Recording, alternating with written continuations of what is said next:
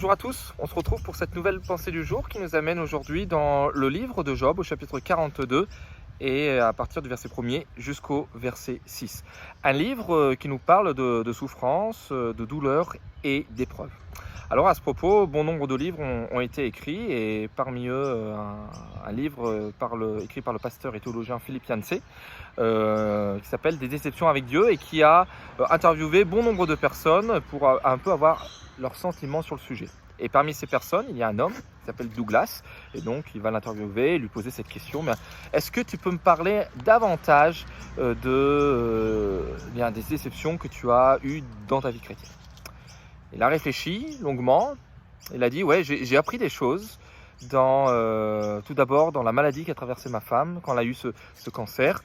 Davantage encore lorsque j'ai été heurté par ce véhicule conduit par un homme en état d'ébriété. Mais tu sais, je ne suis pas dans la confusion à l'égard de mon Dieu.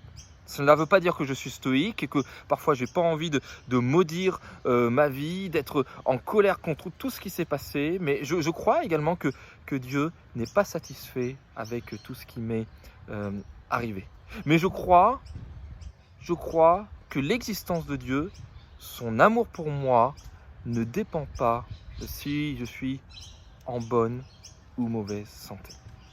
Job a vécu des épreuves, des épreuves qui auraient pu apporter beaucoup de confusion dans sa compréhension de qui est Dieu et de la relation que Dieu veut avec sa création. Et c'est pas pour rien que Dieu, dans les chapitres 38 à 40, va poser 70 questions à Job au sujet de la grandeur de ce monde, de l'univers, de qui l'a créé, comment ça s'est passé, etc., etc. Et l'implication, c'est de dire, écoute, Job, si tu ne peux saisir mon grand pouvoir dans le monde visible, comment peux-tu connaître mes voies merveilleuses qui sont dans le monde invisible? Aussi Job, Paul, mettez votre prénom, et confiance en moi.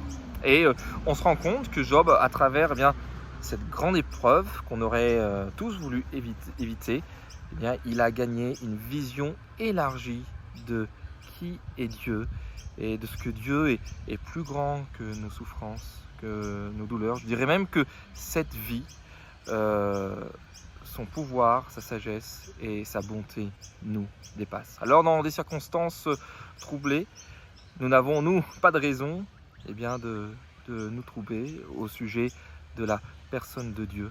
Faisons-lui confiance. Et ainsi, confessons, comme Job, au chapitre 42 et au verset 2, « Je reconnais que tu peux tout et qu'une réflexion n'est inaccessible pour toi.